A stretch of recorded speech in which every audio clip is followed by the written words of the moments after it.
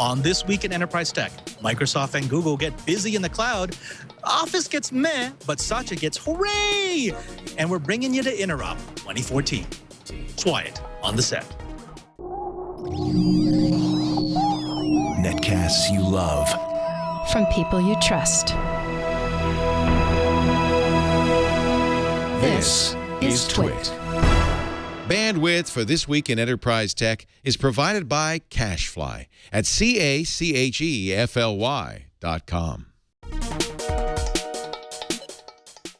This is Twiet. This Week in Enterprise Tech, episode 85, recorded March 31st, 2014, live from Interop Las Vegas 2014. This Week in Enterprise Tech is brought to you by Prosper. Prosper is a peer-to-peer lending marketplace that connects people who are looking to borrow money with those who have money to lend. Visit prosper.com/twit and receive a $50 Amazon.com gift card when you get a loan.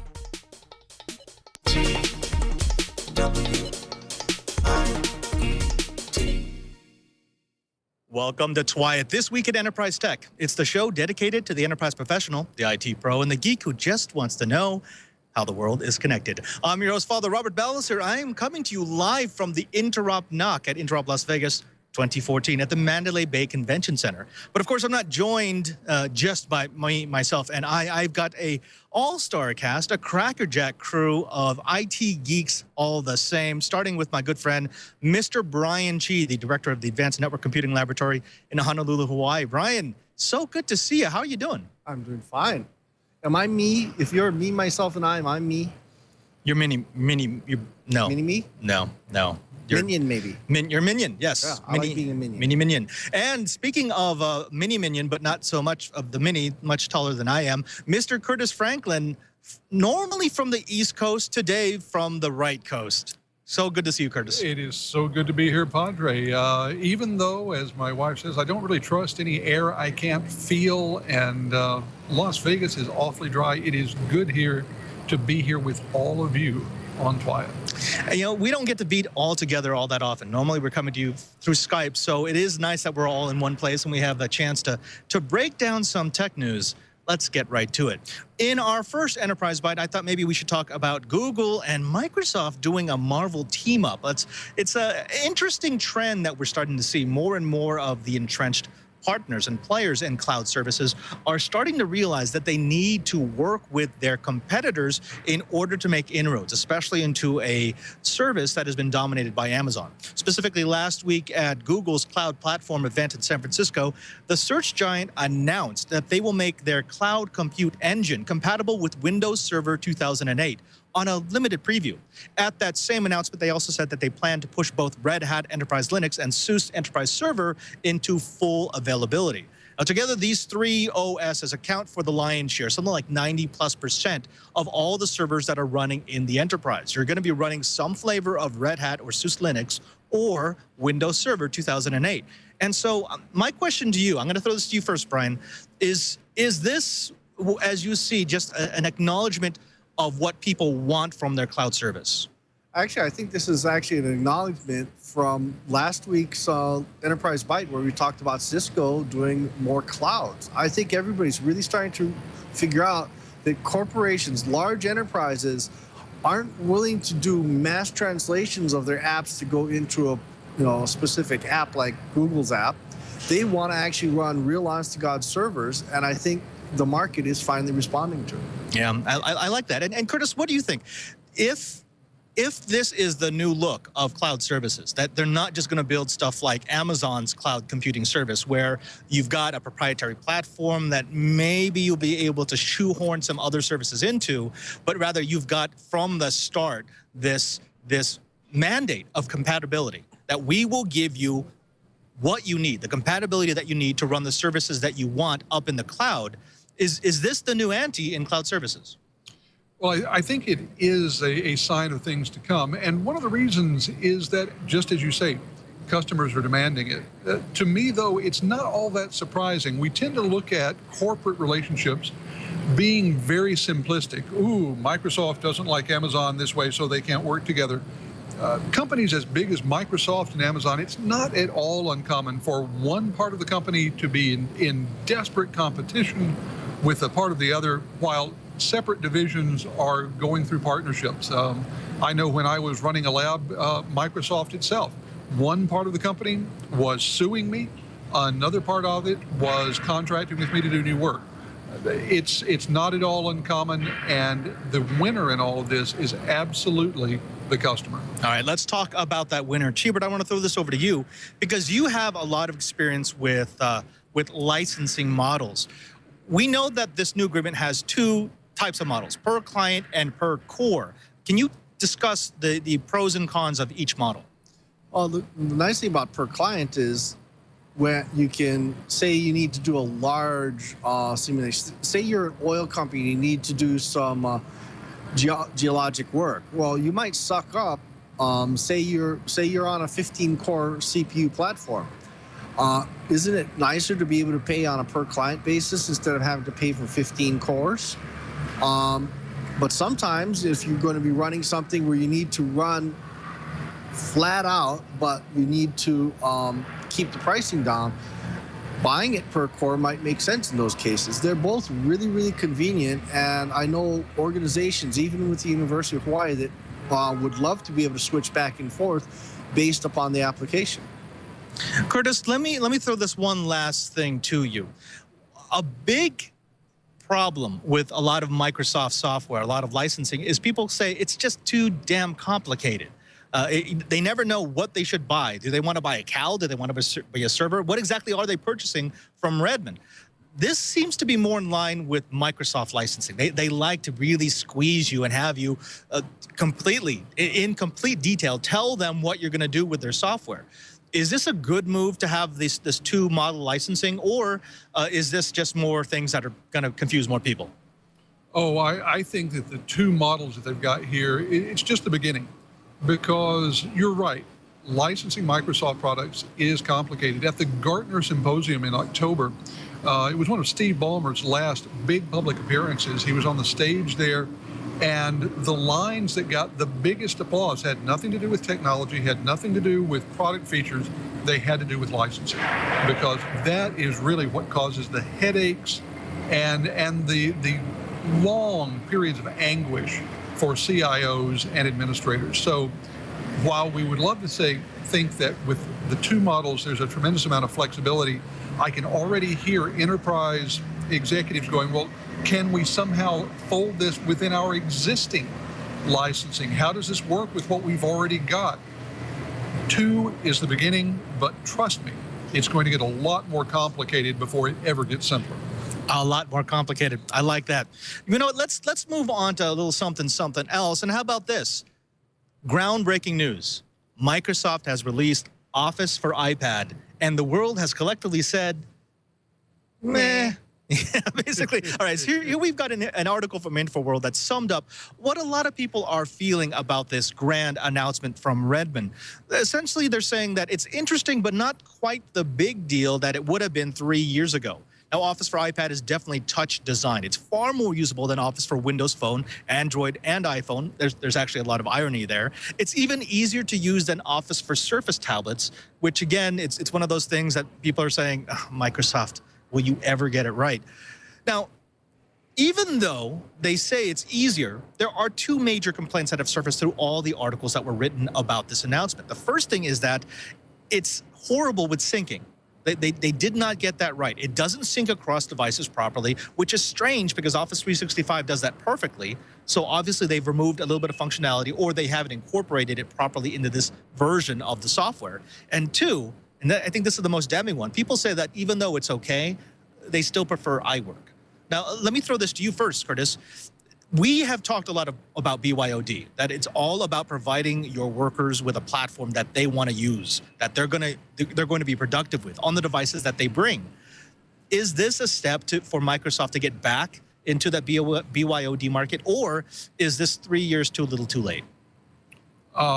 It's a little bit of both, actually, because it could have been truly groundbreaking 3 years ago. I think that Microsoft would have seen significant revenues from this 3 years ago. They'll see incremental revenue from it now, but it's not going to be anything groundbreaking. And at the same time, there is a lot of this that is a classic Microsoft product introduction. This is version 1. of these products on the iPad. That means that it's enough to be a placeholder, but it doesn't have nearly all the functionality that it's going to have eventually. People talking about syncing. I've got to admit, I have a personal Office 365 account, so I went out and got these products. They look good, they work well, but forget about syncing across different devices. They only sync using Microsoft's OneDrive. So if you're used to using Dropbox, if you're used to using Box.net, if you're used to using an internal corporate cloud to store all your documents, these can't help you because they won't sync. That's a huge problem. The people who are going to be really excited about this are people who have some limited use cases, but they absolutely, positively require collaboration. Okay. The markup and commenting features work within this product like they do on none of the alternatives. That's the killer feature of what Microsoft hopes will ultimately become a killer app. All right. So, Cheebert, Curtis has identified one of the use cases, one of people who really want collaboration and they want to use Microsoft tools for collaboration. Can you think of any other use cases, specifically on a university campus, where Office would be the preferred solution? Actually, what they really need to do is they need to make sure they're compatible, fully compatible with SharePoint, because that's going to be the sweet spot. Now, one thing that a lot of people have forgotten in all these articles that I've been reading is the fact that volume licensing for Apple pages and things like that are abysmal. Volume licensing is an amazing pain in the butt. If Microsoft can go and put their licensing and volume licensing into, say, like the academic licensing, the volume purchase for corporations, and so forth, that is going to be where Microsoft might be able to take market away because Apple's done so poorly on volume licensing. There you go. And even though Microsoft has been notorious for providing confusing licensing, Curtis, what do you think about that? Microsoft knows enterprise. And so if they can go to an enterprise that has 5,000 deployed iPads and say, look, this is your cost, this is how much it costs to maintain, and this is what your IT people do to deploy, is that attractive? Well, I think it's interesting. One of the things that both Microsoft and Apple have done with these latest versions, because I would point out that the latest versions of iWork are free for the latest versions of iOS and Mac OS. So Apple went free. And now, if you've got Office 365, or I'm sure if you've got most versions of corporate licensing from Microsoft, the iPad version is free. So both of them are essentially going free when it comes to how much it will cost a corporation. To me, that says that they're going after something else. And the thing that they're going after is what we talked about in the first Enterprise Byte, the cloud. Apple wants to own the cloud backend where you synchronize everything. Microsoft wants to own the cloud backend where you synchronize everything. Each of them is absolutely willing to give away those endpoints and the personal productivity software if they can get the big cloud contract. Well, let's use that segue to talk a little bit about the cloud, specifically about this press announcement and the cloud. And that is, even though people were sort of meh on the announcement, they weren't all that impressed with Microsoft Office for iPad, everyone seemed to have loved Satya Nadella. He was a rock star, and he made a lot of converts. I'm seeing this pretty much on every article that I'm reading, that even though what he was talking about wasn't necessarily a home run, they thought that the fact that he came out so wonderfully was good. In fact, here are some of the phrases and words that I've gleaned from the articles written about the press conference. Confident, calmer than bomber, which I like. Speaking with a sense of urgency, so he understands that it's now for Microsoft. Humble but strong, has a strategy, impressive, astute, a breath of fresh air. Now, the high points that all of these articles seem to point out is that he seems to have a strategy, and it's a real strategy. It's not just a mission statement. He knows what he wants Microsoft to do. He knows where he wants them to move, and he's doing the things to move them there. They liked his mobile-first, cloud-first approach that was platform agnostic, and they liked that Office for iPad, even though it wasn't a big stunner, seemed to be the first revision of the first salvo in this mobile-first, cloud-first strategy. Let me give it to you first, Cheebert. Satya Nadella was sort of a wild card. He wasn't really thought of as CEO candidate until it actually happened. And yet people seem to be enamored with him. What is this? Well, we got to go back to the episode when we had our curmudgeon, Oliver, we were making predictions on who the CEO was going to be, and we were all saying, well, we love Satya, but we're not sure that he is. We're not sure he's aggressive enough. We weren't sure about that. But one thing that we all agreed on is this guy's really easy to get along with, and I think he's going to be a big change. I think he's going to be, well, how about this way instead of you're going to do it my way or the highway. So I think that's going to be a breath of fresh air. What about you, Curtis? So we've got people saying he's going to be a breath of fresh air. We have people who are saying that, hey, this is the new look Microsoft. But then we have other people who say, look, he's a Microsoft company man. He's been there longer than some of these other candidates that were mentioned. How could he possibly provide innovation that Microsoft needs in a cloud world? Well, there are a few things, and I'm going to begin with saying that when you point out that he was calmer than Steve Ballmer, that's a mighty low hurdle to clear. It really is. But I think we need to be very careful not to confuse style and substance, because everyone is absolutely enamored of his style, which is entirely different than Steve Ballmer. He didn't jump around, he didn't yell, he didn't cry, he didn't over-emote. He was calm, rational. I'm going to tell you, look very carefully at that photo you put up and frequent photos of another person who was lauded for what they were able to do with the company, Steve Jobs. There's a great deal of visual similarity. People are talking about them in the same sort of stylistic terms. And while it's good, it's also dangerous, because then you have to look at the substance.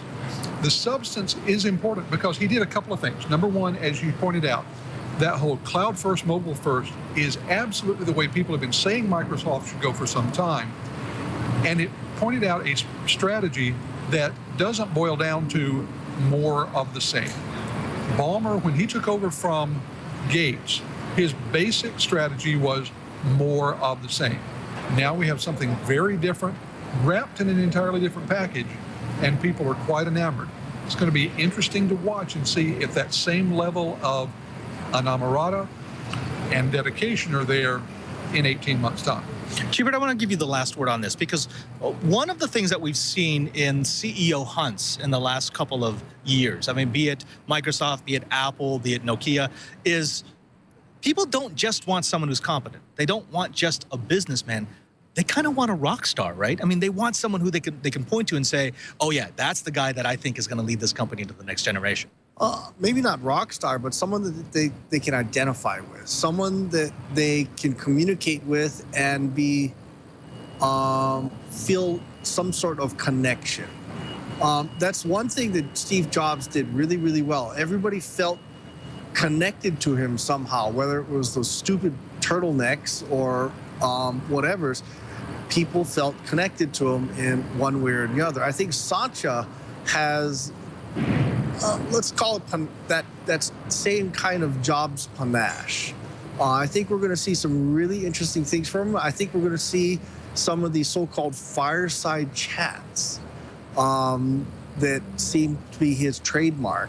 Because he's done briefings for reviewers at workshops at Redmond. I've met him many times at parties and official functions, and Satya is just really laid back. He was always very casual. He dressed appropriately for the occasion. But I've also seen the man, a picture of him in a tux.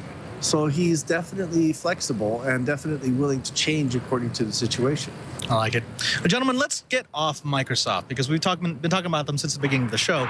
Let's talk about another company that people love to beat up on, and that's BlackBerry. Okay, so everyone who's watching this show knows the ills of BlackBerry. They understand how they went from the absolute market leader for enterprise communication. They used to own it to an also-ran. Not just an also-ran, but also a collapsing flan in a cupboard type of company. It was almost comical how bad and how many missteps they made, from devices that nobody wanted, to a two-CEO system that no one understood, to a company direction that no one believed in. But now we've got John Chen, who took over as CEO of BlackBerry 4 months ago. He seems to be putting the linchpin of the recovery on this mobile and identity management software and services model. Curtis, let me throw this to you first. First, what does that mean? What does it mean that BlackBerry wants to get into identity and mobile management? Well, I think it means that when BlackBerry looked at why people buy their products, the answer wasn't because the phones were just so darned cool. The answer was because they offered some features that they couldn't get elsewhere. What do those features boil down to? Security, enterprise data synchronization, and the personalization through the identity and the identity management. So he was looking at what they sell that is unique, what they can do, and I think he's properly identified. The question is whether those businesses are big enough to support the structure that exists around BlackBerry. I think what we have here is a recipe for a rather successful but rather smaller company. Successful and smaller. Now, Cheever, let's talk about this smaller, more successful company. One of the things, this new focus, is built on the idea of opening up the BlackBerry platform. So it doesn't just work on BlackBerry, it's going to work on the iPhone. It's going to work on Android devices. It's going to work on the Windows Phone. It's going to work on Surface. They want to retake the crown as the enterprise solution. They just want to be hardware agnostic, which on paper sounds great.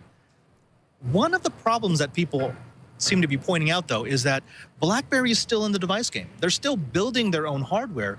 And how in the world do you offer a platform agnostic solution if you're also offering hardware? You know, I just really can't answer that. But, you know, I personally think, the move where they're trying to take it platform agnostic, because remember, BlackBerry never had people absolutely wild about their hardware. It was always about the BlackBerry Enterprise server. You know, that back end, that was all that BlackBerry really was, and that was their strength. They forgot it for quite a while. My big question is it too late? Maybe not. You know, Microsoft Intune is still kind of floundering around. Dell has their cloud connection manager, which is making a few things, especially when you start combining it with Case. Google certainly has some things. So there's a lot of people trying to get into the business, and they're trying to produce something that feels like the BlackBerry Enterprise server, but they haven't quite got there. So maybe the door hasn't slammed on BlackBerry quite yet. Maybe there's a chance. I used to have a BlackBerry, and I used to love it dearly. I never had to worry about whether or not my email push was going to work or not, because that was their core competency. I still get day-late SMS messages on my Microsoft phone, and that drives me crazy. I want to have something that I can really depend upon, and that's what I would think BlackBerry is going to be able to do for us. Well, what about it, Curtis? We've got people like Max123 who's saying, look, BlackBerry will be great in 2 years. We've got other people like San Jose. Look, BlackBerry's done. There's no way to come back. They've died years ago. They just forgot to bury the body. And we've got everything in between. You know, we've got this really wide spectrum of opinions on BlackBerry, which is weird. I mean, normally it's kind of one side or the other. You have your adherents, you have your fanboys, you have the people who hate it, and then you've got very few people in the middle. BlackBerry is a company that people can see greatness, but I think maybe greatness has been promised too many times and people are giving up. Well, in many ways, BlackBerry is a once great company. There was a time when they absolutely defined a market, but they don't anymore. Now, there are a couple of points that I wanted to talk to. One is this notion of, can they be platform agnostic while they still have a product? Look at Microsoft. Microsoft is now putting its products out, its software out, as we were talking about in the earlier segment, on a number of different platforms. And yet, they still sell the Surface. So they're doing both. And I suspect that BlackBerry will continue to sell handsets as long as there is reasonable profit to be made in that market.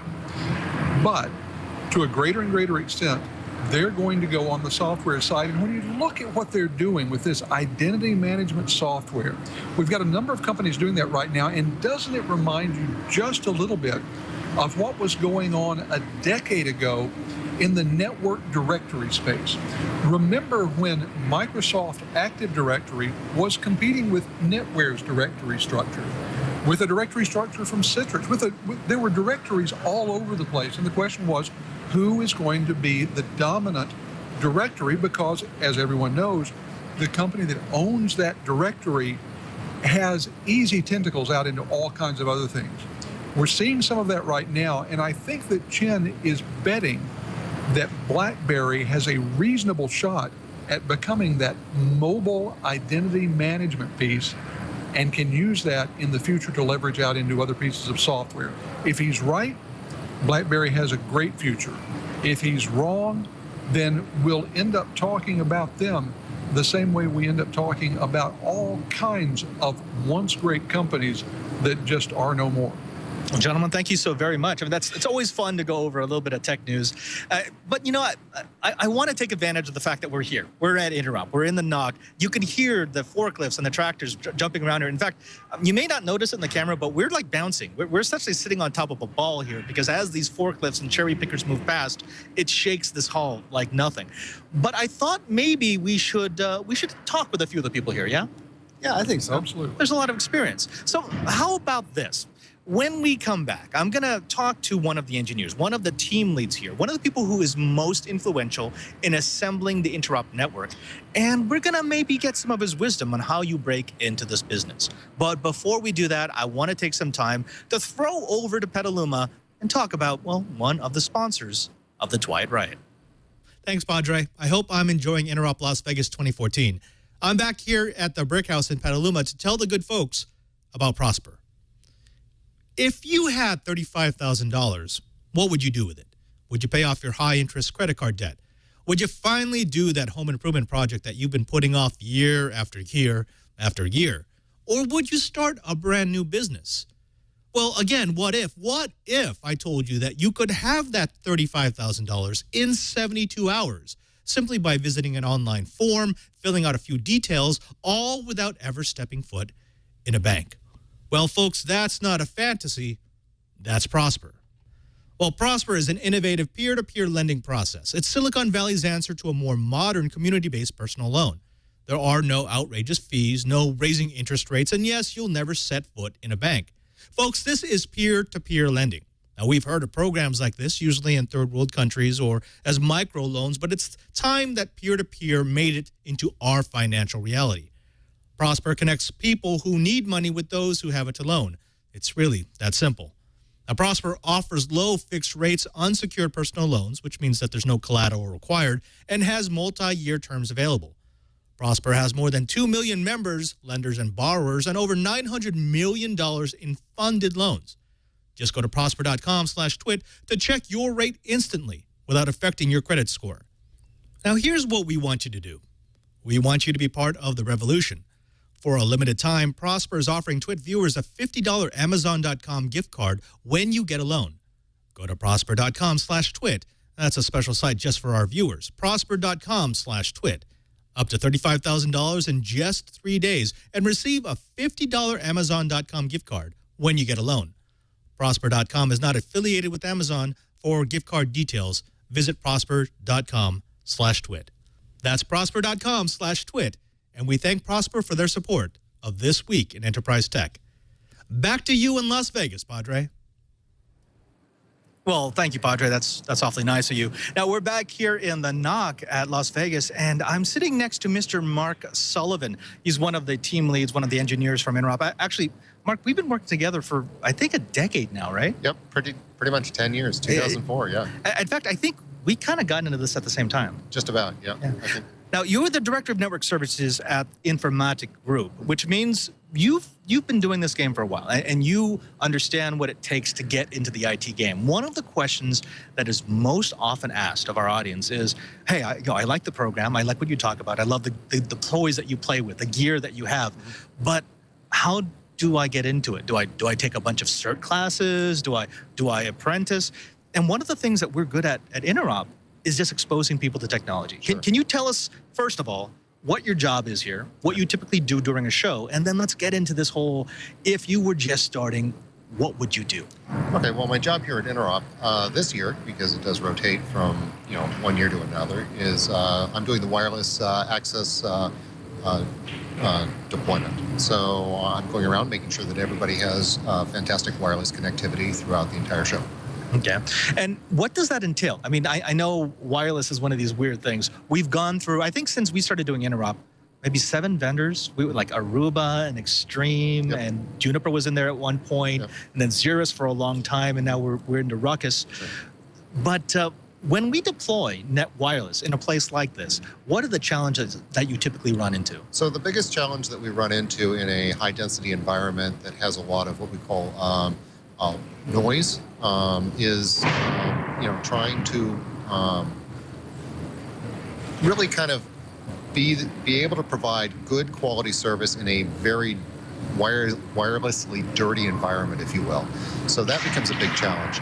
Then, of course, in our conference spaces where we have a lot of attendees go for education, we always have to make sure that we have very, very good connectivity because a lot of those classes are dependent on the wireless. So our job is making sure that we are providing enough bandwidth so that everybody can participate in the classes, as well as check their email and conduct their daily business. A lot of people come here and have to take time off from work, and of course they still have to do a little bit of their daily tasks. For the insiders, we kind of know this as the Geek Summer Camp. This is our Disneyland. Once a year we take a lot of time out of our schedule. I mean, I remember when I was still doing this full time, doing both shows, Las Vegas and New York. You could easily pull 2 months out of your year's schedule. Yeah, that's exactly right. I mean, quite honestly, I lose about 6 to 8 weeks worth of income annually as a result of doing this. The flip side of that is one of the things that Interop does give me is it gives me a ton of experience and confidence to be able to go into the field and know that I can solve challenges that maybe others can't. So kind of hoping that there's an offset there in terms of my value to my customers. I think we both hope that. Yeah. No, but okay, let's talk about that, because that's one of those hot topics. People say, okay, I've watched all your podcasts. I've read all the material I can on the internet. I think I know how to properly configure a switch, but how do I get into this? I mean, no one's going to hire me just saying, hey, can I be a contractor? Do I sign on with a big company? Do I go to Interop and try to volunteer? What are the steps for someone who you say is enthusiastic, but maybe not big on the knowledge? Okay.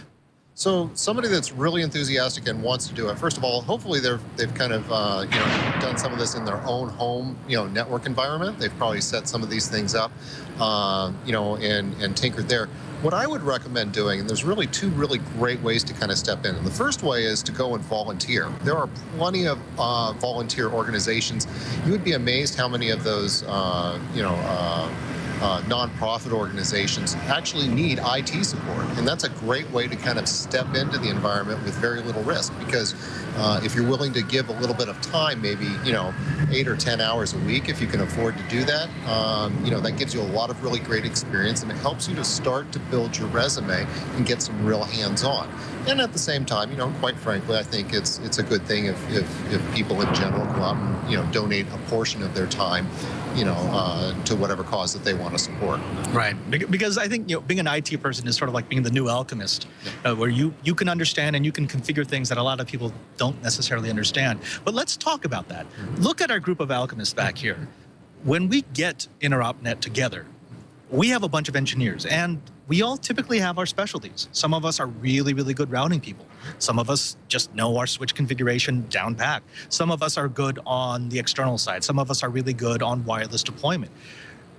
Is that typical? I mean, do you get a lot of generalists anymore, or do you find that most IT people find the thing that they like the most and they just learn everything about it? So in my personal experience and with the businesses that I work with, we actually find a combination of that. I almost think it's 50-50. You find a lot of generalists out there, and that can essentially, go down to kind of the 2,000-foot level. And then you find, the other half of the time, you see individuals that all they are focused completely on is one specific tower within the infrastructure environment. And those are the absolute specialists. Those are the guys that, a generalist like myself is going to hand those things off to those specialists in those times of need, to solve very specific, really hard, challenging, challenges. Right. All right. Take me through this process, because you've been in charge of the volunteers for many, many years. Typically, whenever we get a new crop of ITMs, InteropNet team members, they go to you, and you figure out who should do what. Sure. How does that process work? So as you're watching people work, and as we typically start them with very easy tasks, how do you start dividing them up, saying, I think you should work on wireless, I think that's what you want? Because your job is not just taskmaster, your job is educator. Yeah, absolutely. As a matter of fact, I like to think that my job is as a leader to assist these people in further developing their own knowledge set. And one of the things, as you know, about Interop is it gives people a chance to maybe touch on some things that they may not get to work with in their daily jobs. So one of the things that we'll do is the first thing we'll do is kind of poll everybody and say, hey, what are you interested in? Let's make sure that we kind of move you in that direction and give you an opportunity to try something. Sometimes we actually do just the opposite. We ask them, what do you do in your daily job? And we make sure that we don't give them that exact same task so that they have an opportunity to broaden their abilities. So it's kind of a mix, and generally people, once they get into the technology, they tend to gravitate towards what they like to do. And that's one of the great things about Interop is we can pretty much offer something for everybody. All right. But what about that guy out there who he thinks this is what he wants to do, but he's not sure? I mean, what are the experiences that you think people should go through in IT before they decide either, yes, this is what I want to do for the rest of my life, or no, just no? Yeah. So, unfortunately, it's kind of one of those things that, a lot of people will, start out as a hobby. And if it's really exciting, if you're that kind of person that likes to sit up at night and figure out what a problem, how to solve a problem, and you're willing to go out and not just do some general Googling, but actually find the manuals, dig through them, read through them, find the answers for yourself, and gain some real knowledge, then this is probably a good industry for you to jump into.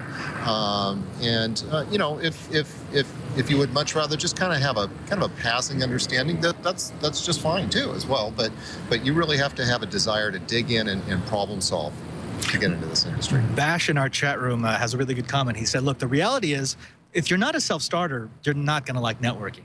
What do you find that to be true? Yeah, that's absolutely true, because you have to have a passion for this job. Otherwise, if you don't have a passion for the IT environment, it's like any industry. I mean, there's a lot of things that I don't like to do, and I'm sure that I would be absolutely terrible at those things. So you have to have a passion to get in. And IT, we are a group of, fundamentally, we're all a group of problem solvers. And if you like to solve deep, challenging problems, this is a great industry to be in.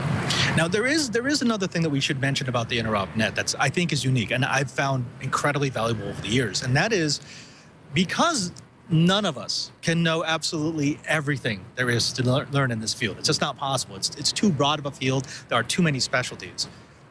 One of the greatest resources that I think Interop offers is this, the connection to these people. I mean, we both have all these people in our contacts list. And so even if we get stumped, even if I'm sitting there going, I have no idea how I'm going to set this IPv6 routing, I know that I can get Brandon on the phone in 5 minutes and he can guide me through it. We take that for granted, I think. But so again, back to that person who's just starting out, who doesn't have any of these contacts. Right. How do they start building that up? Okay, so there's a lot of social media outlets that you have. If you can start to build those contacts, I would say at a minimum, start getting yourself out into the IT community. There are plenty of opportunities to go to community-based activities as it relates to IT. I mean, VMware is constantly having seminars. Microsoft has lots of seminars, in most cities. If you go out there and just start to make some contacts, and then from there, I like LinkedIn, so start building your contacts within LinkedIn, And that starts to essentially build a community that you can just blast questions out to and say, hey, look, guys, here's what I need somebody to, if you've got 5 minutes, to contact me and tell me a little bit more about this. I'm kind of stuck. I'm going to put you on the spot. I didn't prep you for this earlier on, but I'm going to do it to you now because you're on camera and you can't say no. What would you say would be one of the coolest aha moments you ever had at Interop, where you learned something that you've either been struggling with or something that you didn't even know you wanted to learn? And what would you say is one of your biggest mistakes? I'll start it off just to make it easier. Sure. We all know that my biggest mistake was killing the knock. I don't think anyone can actually do any better than that. I screwed up the power management reporting, so it didn't tell us that the knock had flipped over to battery power. Right. And so we were just all sitting in the knock. We were packing up, and suddenly we heard everything power down. So that was my biggest mistake. What about you? Yeah, I'm trying to think. My biggest mistake, my biggest mistake probably in general is allowing myself to kind of get overextended and try. And one of the things that I do, and this is more of a leadership activity, I tend to be the kind of guy that wants to go and solve all of the problems. So somebody will come in and say, hey, Mark, I've got to get this problem solved. And I'll go off in one direction and I'll try to solve that. And then something else will come along halfway through that process and I'll just let myself get too backed up. And one of the things that I've learned, and this is really true in the business world too, delegate. Yeah. Delegate, delegate, delegate. So, I think in general, I can't think of one thing in specific. I'm sure over time I could tell some jokes about some problems I've created. But in general, I think that's been my biggest challenge at Interop and in general is I tend to not like to let go of some of the technical challenges because I want to go solve them myself. No, I got it. Okay, last question. For that person out there who maybe is now thinking about coming to Interop, and we don't want to do a sales pitch for Interop because honestly, we don't have to do a sales pitch for Interop. But it's something that we've both done for a decade. It's both something that we obviously find something of value in it. If they wanted to join, at least experience this, we know that it's very difficult to get on the Interop team. Yep. I think we might cycle in 2 or 3 new people a year. So a lot of people are going to go disappointed. But if they wanted to try a little something like this, what are the resources that you would recommend?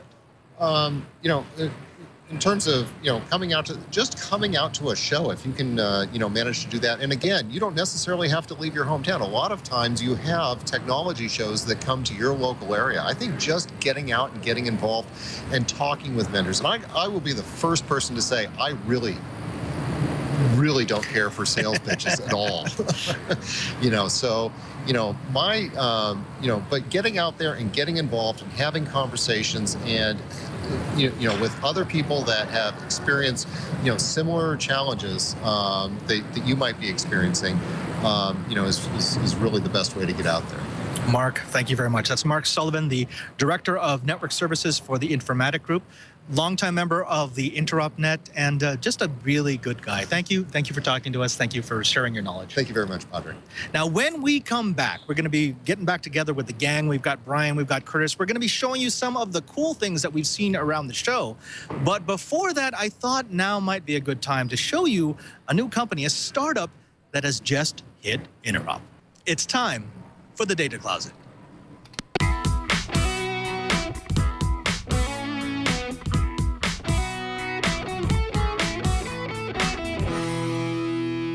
I'm Father Robert Balacer, the Digital Jesuit, host of TWITE, This Week in Enterprise Tech on the TWIT TV network. We're here at the Interop NOC, Las Vegas 2014, and as you can see, it's still being built. But I have the fortune of standing next to Mr. Mike Rydalch. You may remember him. He was the Xeris engineers who showed us the inner workings of those wonderful Wi-Fi arrays. Well, now he's with a brand new company, a company called 7Signal that does, well, Mike, what does 7Signal do? 7Signal is a wireless performance and optimization company. We have the eye that we put out into your network as a sensor to emulate a user and connect to the network and gather information as what an end user's experience would be. There are a lot of tools out there right now, very good tools. In fact, we're using several of them in the NOC from Path and from NetOptics that give you a network view of the problem or of the issues, of the network performance. They let you see how much bandwidth are you using, how much throughput do you have, do you have any devices that are in trouble. You're saying this device, this I believe you called it, gives you more of what the user may be experiencing on your wireless network. Yes, is what we're doing with the Eye is we put it out in what I refer to as user land, and it attaches to your wireless network as a user would, and we run performance tests to see how the network is performing. We have over 600 plus key performance indicators that are active and passive, pushing traffic as a client would, as well as grabbing RF analytics to show you how your network is behaving over time.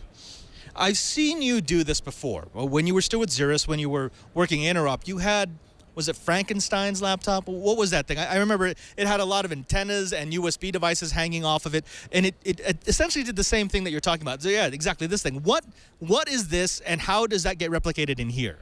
What this does is this laptop is a mobile device. It's still useful in being a wireless engineer, but what the Eye allows you to do is to put this in place in your network and have this type of information 7 by 24, 365. We refer to it as the network engineer that never sleeps. What pieces of this ended up inside this cone? Actually, all of this. I mean, I use this guy's a spectrum analyzer. That's inside of here. I use this as a packet capturing device. That capability is inside of here. As far as being able to run performance tests across multiple network interface cards, that technology is in here. This inside of this device has seven sectorized directional antennas that allow you to be able to not only gather spectrum in a sectrum, but also to be able to talk to certain APs across those 7 different antennas. All right, enough of the sweet talk. Guide me through what I could actually do. Let's say I'm sold. I go ahead and I buy a set of these for my campus, and now what? What am I seeing on my interface screen? What kind of information can I glean? We're going to give you a dashboard view that's going to give you a view of how your network is operating. I call it the 10,000-foot view, showing you service level agreements that you set up of things that are important to you that you want to watch. To give you an idea, it's like I said, it's a device that's connecting 7 by 24, 365. So I can alarm to the level that if a radio, one of your infrastructure radios, stops beaconing, I can alarm and tell you that. I can tell you if your wireless clients are getting IP addresses via DHCP and what the latency of that is. How long is it taking to attach to your wireless network?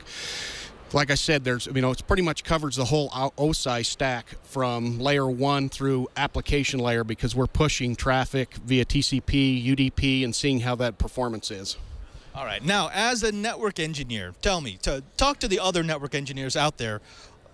How would this make their job easier? Because ultimately, anytime someone invests in a new piece of gear, it's either to increase performance or to make their job easier. If I install this, what kind of data will I get, and how will it affect the way I deploy my network? It's going to allow you to see things over time of how you can build service areas, so that you can say, for an example, and I'll use a university example, one end of the building is administration, the other end of the building is registration. The APs that cover those areas, I can build service level views and show you that it'll be able to show you how well the wireless is working for that service area. It's also going to give you historical data, because as a wireless engineer, the error is the medium, and you end up with a situation, people call and say, well, it worked fine yesterday, but it's not working today. You don't have all of the statistical long-term historical data to be able to go back in time and look, but with having this type of infrastructure, you can do that. You can go back and look in time and spectrum, performance, beacons from APs, and give you all that data that you would gather normally in a real-time situation. Well, Mike, I know that 7Signal is a startup that you're just exiting stealth mode, that you're getting the word out there, you're letting people understand what the product's about. So I'm hoping that at some point you'll come onto the show and actually give us a demonstration, a real-life demonstration of what the product can do. But until then, when can they expect to see pricing availability, and where do they find out more about your Eye? There is pricing availability now. This Eye is referred to the standard Eye. We've just released the indoor Eye that is a smaller form factor. This Eye is IP65 compliant, so it's for the outdoor Eye. We also currently have a micro Eye built off of a Raspberry Pi platform. So pricing is available now, and for more information, I would direct you to go to www.7signal.com. Mike, thank you very much for talking to us, and as always, thank you for being our wireless guru. I'm Father Robert Ballecer, and you've just been learned.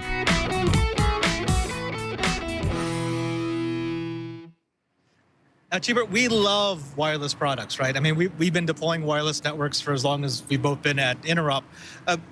We've seen products like this, yes? I mean, Air Magnet, I can think of, MetaGeek's little Wi-Spy. They all provide a little bit of the data that we need to properly deploy wireless. What's different about the 7-signal thing? Well, this is much, much more than a lot of just something to stick up in the air and go and test the waters, so to speak. 7-signal is actually going in and they're doing some things that are active. They're actually going to simulate the user. The problem with a lot of the other products that they kind of took a half step towards it was they're trying to figure out the user experience. 7-signal started at what is the user experience? How is it working on these types of apps, not just simulated traffic, not just pings, not just trace routes. They went through and they really wanted more, and it's all kinds of fun and games. Fun and games. Oh, and by the way, we've got ITMs wandering around the background. That's just normal. That's typically what they do here at InteropNet. Curtis, let me ask you this. So we've got this new young company, 7-signal. They're doing something that is admittedly very, very cool. But is it enough to just diagnose wireless? One of the things that I've heard is in order to have a wireless solution, you have to have a wireless solution. You can't just build diagnostic tools. You got to give them arrays. Well, I don't think that's the case. I believe that there really is a place for the diagnostic tools. And as an example, I would hold up another company that's here at Interop, Fluke.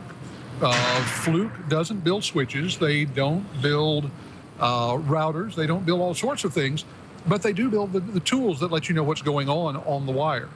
And 7-signal is trying to do that. 7-signal reminds me a lot of a company that is very important in the cellular data space. It's a company called Keynote.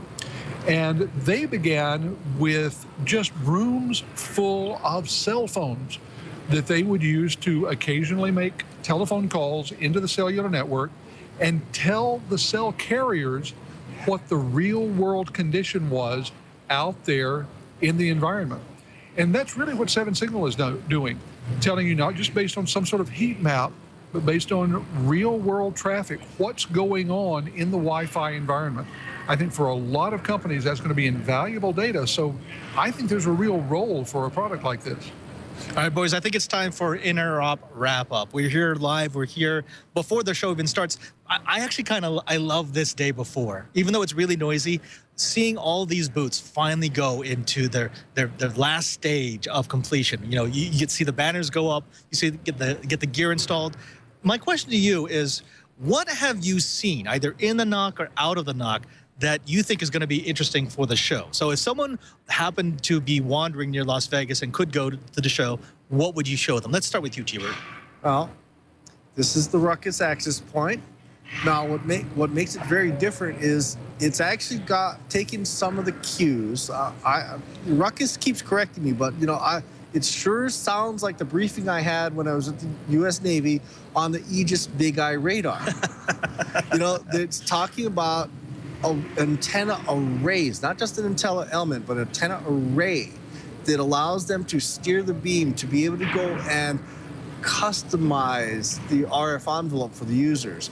It's a pretty neat platform, and now that they've got some central control and the ability to have, obviously, multi-beam technology, it's going to probably make a pretty big difference in your Wi-Fi experience. Now, our previous favorite, the technology that we've been playing with at Interop for the last, 7 years, has been Xeris. And I love Xeris because it's very efficient usage of Wi-Fi, of wireless spectrum. You've got a physical division of the azimuths that each individual radio in the array can use. This is a slightly different approach, right? There's no physical antenna. There's just a steerable beam. By using creative, destructive interference, you can shoot a beam of energy down a particular azimuth and then continue all the way around you. Well, I'm going to speak a little bit of sacrilege. I almost think of it as Xeris Jr. if I was going to have my fantasy football team as far as technology goes, I would have merged Xeris and Ruckus together because they would have been great as, you know, like peanut butter and jelly. Peanut butter and jelly. Okay, that's what we got. Xeris, Ruckus, peanut butter and jelly. What about you, Curtis? What's your jelly? What's the thing that you're most interested in? And it doesn't have to be a product. Well, with me, it's a category of products or a technology, and I'm basing this not on something I'm holding right now, but on a lot of the press releases I got coming into the show. A lot of people are talking about software-defined networks, virtual networks, but as we heard when Glenn was on E2 Radio a few weeks ago, it's one thing to say that you've got software-defined networks. It's another thing to have that networking gear work with anyone else's. And so I'm going to be looking at how these SDN products are adhering to standards, which standards they're adhering to, and how they're doing it. What are the pieces they're bolting on that go beyond, around, or under the existing standards? Because that's where the lack of interoperability comes from. And face it, if you're here at this show, it's all about the interoperability. Right. Now, I think for me, well, one of the things that I really liked, just because I just got it, this is the 7-signal. What is this thing called again, Cheebert? It's the Micro Eye. The Micro Eye. So this is this is a Raspberry Pi that has a ASUS wireless adapter. This does 2.4 and 5 gigahertz. And then the software that they wrote for this does sort of the customer experience of Wi-Fi. So like what we saw with the Big Eye, but this Micro Eye allows you to do more on a personal level, to deploy it everywhere and get individual points of data. But Cheebert, let me ask you about this. I've always wondered about solutions, professional solutions built on the Raspberry Pi. It is a great platform, but it's so easy to copy a solution. What do you think about something like this? Well, the whole thing about 7-signal is that it's all about the management pieces, how to correlate the data back and forth. The Micro Eye is just a less expensive, maybe a slightly less capable platform. You know, obviously, you know, keep in mind, the Raspberry Pi, the network connector is basically a USB. So you've got some speed link there.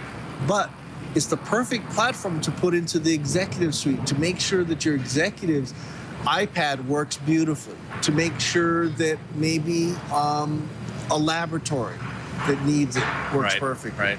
It gives you a view into where your users are, and that's what sets Signal apart.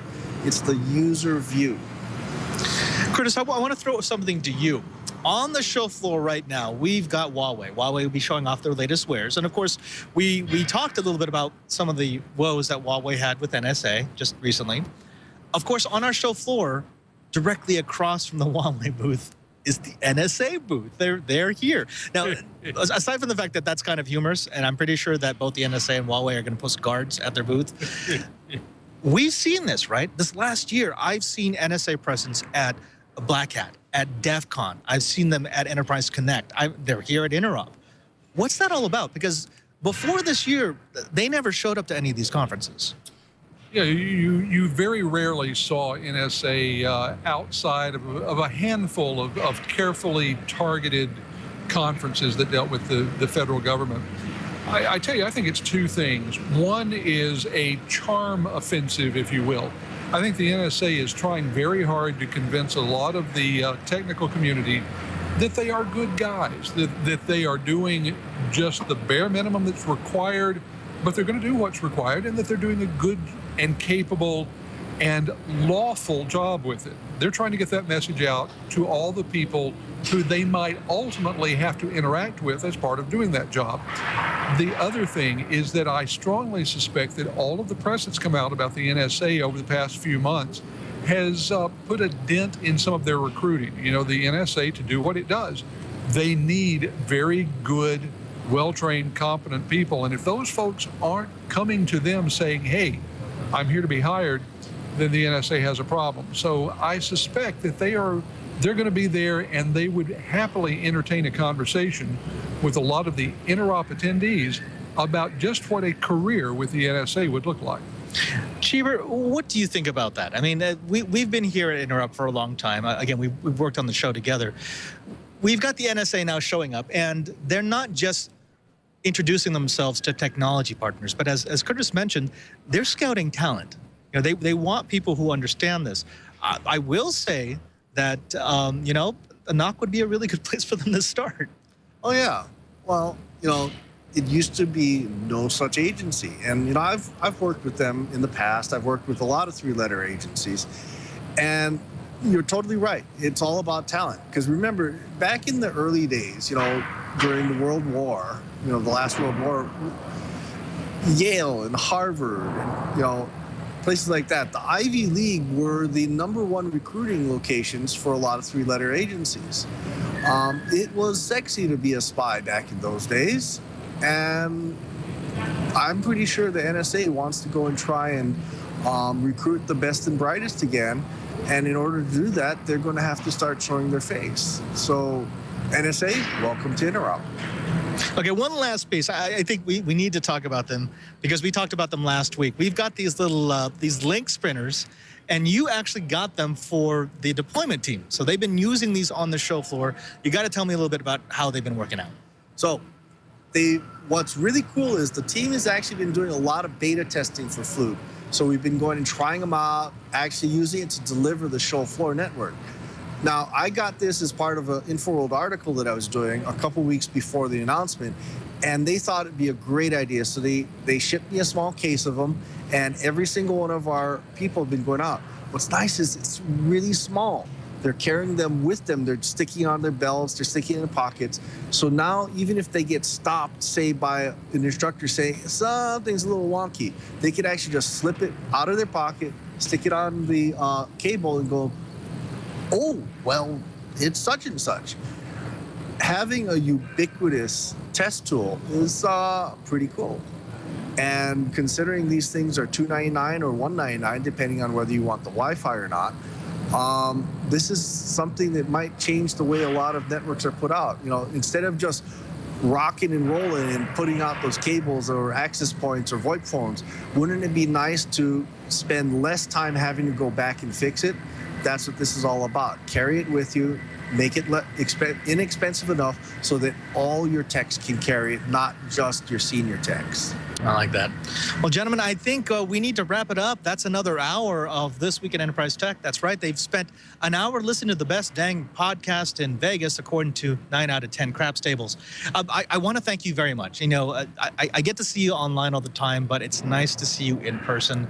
I'm hoping that we can spend some time just geeking out together. But before we do that, you want to tell the folks at home where they can find you. Curtis, let's start with you. What have you been doing? We know that you're on Enterprise Efficiency Radio. We know that you're here at Interop doing interviews, but where do people find your work? Well, Padre, if they want to find me, try that again. Padre, if they want to find me, the place to go is enterpriseefficiency.com.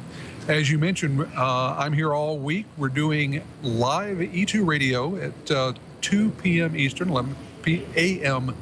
Pacific from the floor, and we would love to have some of the Twiat folks come over, see what that podcast is about. We've got lots of the folks from the NOC, a lot of people from around the conference. It's a great time, and I've got to admit, I love being here with Cheebert, with you, and with the entire community of geeks here in the NOC. There you have it. We love ourselves some geeks. What about you, Cheebert? What are you up to? Where do people find you? So, chat room, yes. The Link Sprinter article has been submitted to my executive editor. We are hoping, I'm crossing my fingers, to have it post on Infoworld.com this coming Thursday. And I'm also going to be having another article coming out on a new thin client from Dellwise. It's called the Cloud Connect Client and the Cloud Connect Manager. Ought to be interesting. That has also been submitted, but I'm not sure when it's going to appear on the website. Gentlemen, thank you one, thank you all again so very much for being here. Our pleasure, Padre. Thanks, Padre. Now, I also want to thank You. That's right. You, our loyal listener, our loyal watcher, the person who downloads our podcast each week. We wouldn't be able to do this, to have this wonderful podcast, to have this forum to talk about how the world is connected unless you watched each and every single week. And so we want to do something for you. We want to make it easier for you to get every episode that you want in the format that you want it on the device that you want it on. Man, that's a lot of wants. What you want to do is drop by our show page at twit.tv/Twyat. While you're there, you'll be able to see all the different ways that you can get every episode of This Week in Enterprise Tech automatically on your device of choice. Do you want it on your iPad? Sure, there's a choice for that. How about on your iPod? How about your iPhone? Of course. How about your Windows phone, your Android device? Whatever it may be, even a Zombie Zune, a laptop, a desktop, your Mac, your PC, we make it easy for you to get all the goodness about the hotness in networking. That's just one of the things that we do because we love you. You can also find us on YouTube. Go to youtube.com/Twyat. There you'll be able to find all of our episodes, plus the individual segments. If there's just a question that you need answered from Stuff My IT Guy Says, if you want to take a look at the gear that we play with in the data closet, stop by our YouTube page and you'll be able to find it all right there. Also, as long as you're going to follow us on YouTube, why not follow me on Twitter? You can find me at twitter.com/PadreSJ. That's at PadreSJ. There you'll be able to find out what I'm doing during the week. You'll be able to see what we're going to be having on each episode of Twyat. You'll be able to recommend topics for future episodes of Twyat. And yes, I only tweet in the nude. That's just one of the things that you'll only find out if you follow me on Twitter. Also, you could find us here every week, Monday, 2:30 Pacific time at live.twit.tv. If you watch us live, you'll be able to see everything that maybe doesn't go into the finished episode of This Week in Enterprise Tech. You'll see the pre-show, you'll see the post-show, you'll see the bloopers, and yeah, you just feel a little bit closer to us. And as long as you're watching us live, jump into our chat room at irc.twit.tv. There you'll meet some of the brightest engineers, some of the funniest trolls, and yeah, some of the personalities that make Twit TV such a special place. It's not just a place to get content, it's a place to build up relationships with similarly like-minded geeks. Yeah, that's just one of the things I like. I also want to thank everyone at the Brick House who made this show possible, to Carson, my super producer, to Lisa and Leo who let the show be on the air, and to, oh, that's right, my TD Jason Howell, who I've heard runs a show, some sort of pod thingy about these devices that we're carrying. Jason, what's that all about? Android. It's all about Android. Oh, and Android, actually, that's right. You should know all about this, Padre. You were on the show last week. Oh, that's right. Oh, yes. Oh, yeah, I forgot. We did an app thing, right? And I actually showed off an app that was specifically for enterprise people. That's right, you did. I think it's doing okay in the arena, in the battle. Yeah. That is the arena. If you want to watch last week's episode, or even better, if you want to also watch tomorrow's episode, we record Tuesdays, 5 p.m. Pacific at live.twit.tv. You can find the shows at twit.tv/AAA for All About Android. That's it. And folks, now you know why people watch Twyat. It's not because of me. It's because of Jason Howell. Finally, I want to thank everyone here at Interop who gave us this space to just let us pitch up our tent and talk about some tech. I'm Father Robert Balaser, and I'm reminding you that if you want to know what's going on in the Enterprise, just keep Twyat.